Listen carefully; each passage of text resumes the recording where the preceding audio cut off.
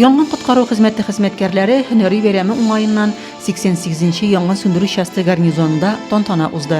Әлеге хезмәт иешуа 372 ел. Яңгын сүндерүченең һәр кайсы каһарман. Алар гомере буе сугышта һәр минут сайын үз гомерләрен куркыныч астына куялар. Борьба с опасной огненной стихией. Сез санаулы минутлар эчендә кайнар ноктага чыгып китәргә әзер, тәвәккәл, фидакар, үз эшләренең чын осталары булган яңгын сүндерүчеләргә тирән хөрмәтемне белдерәм. Киләчәктә дә иминлек сагында уяу хезмәт итүегезне телим, диде Разиф Кәримов. Зә яңгын коткару хезмәте гарнизонында 200 сугышчы хезмәт куя. Алар 88-нче, 41-нче, 81-нче яңгын сүндерү частьләре, җирле үзәкләрдәге яңгыннан саклану постлары. Алар җилкәсендә тулы район куркынычсызлыгы, иминлеге.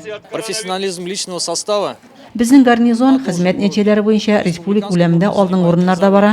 Янгын сүндерүчеләрнең матди техник базасын ныгытуга район җитәкчелеге зур игътибар бирә. 2020 елда 15 миллион сумлык тагын бер яңгын сүндерү машинасына ия булдык. Республика бюджеты хисабына 88-нче янгын сүндерү часты тулысынча төзекләндерелде, ди Владимир Агриков. Тантанада төрле дәрәҗәдәге рәхмәт хатлары һәм мактау грамоталары тапшырылды.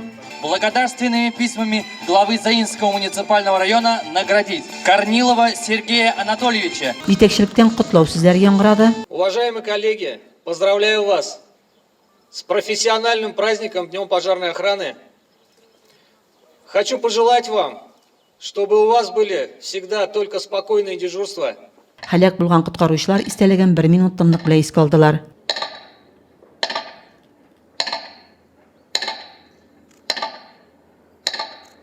Тантанада коткаручыларга тыныч дежурлык теләнде. Рәзимә Кашапова, Денис Ипатов, Зәй хәбәрләре.